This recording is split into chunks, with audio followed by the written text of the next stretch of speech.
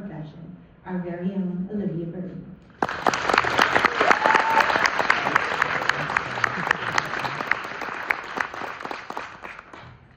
Good afternoon, classmates, professors, family, and friends.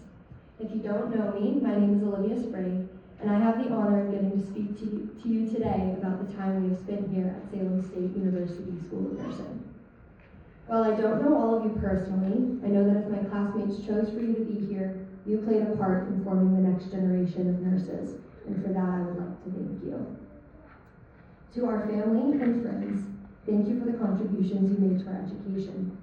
Whether you cheered us on from afar, drove us to and from clinical, or allowed us to practice our head-to-toe assessments on you, you played a crucial role in bringing us to this long-awaited day. I would also like to take this time to apologize for any diagnoses I or my classmates thought we found during those early head-to-toe assessments. We can now say with confidence that we had absolutely no clue what we were talking about a couple of years ago in health assessment. To our professors, I have no doubt that we will forever be grateful for you and for the lessons you taught us. Not just the ones to do with asthma, pressure wounds, or the fungus, but the lessons you taught us between classes. The lesson of picking ourselves back up after a failed exam.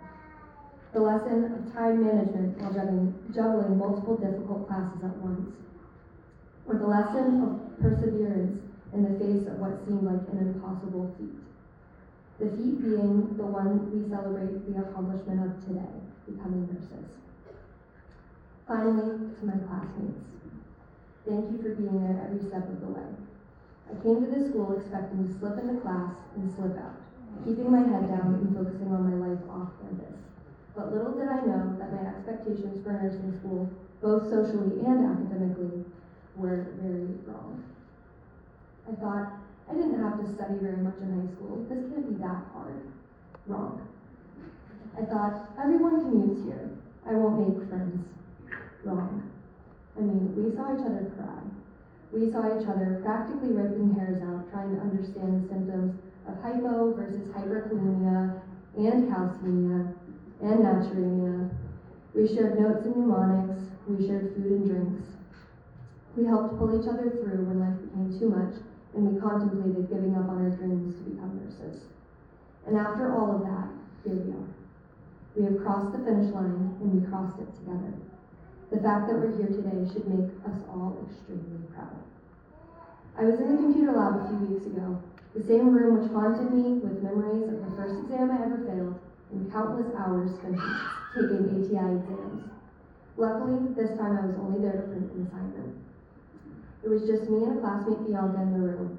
I looked around as I waited for the papers to print and took it in. I keep forgetting to be proud of myself, I told her. I mean, we've made it. 4 years spent here, and we've actually done it.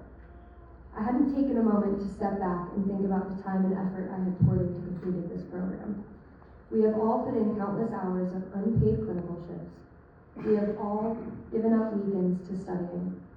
And many of us have worked at least part-time to make ends meet, taking the late shifts so they wouldn't interfere with classes in the morning. I say this all to remind us not to forget to be proud of ourselves. Take the time today to celebrate this accomplishment.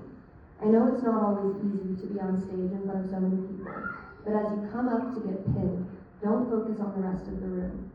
Focus on the past 4 years of hard work and the meaning of the pin you're about to receive. According to the American Association of Colleges of Nursing, this pin signifies the completion of this level of education and official initiation into the profession. We are nurses.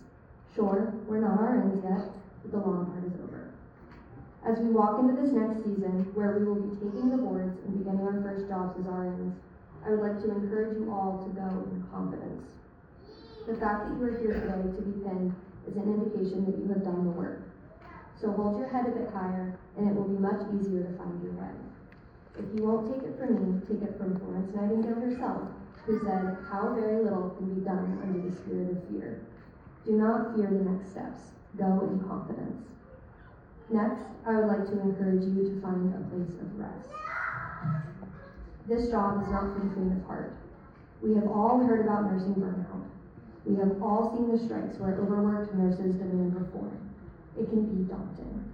However, I wish for each of us to find joy in what we do.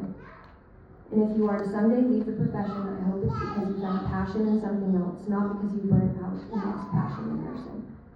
So find a place of comfort and rest and don't let it go. I know it seems strange to say at a ceremony where we celebrate becoming nurses, but this profession is not your whole life. So I also encourage you to find something greater than nursing.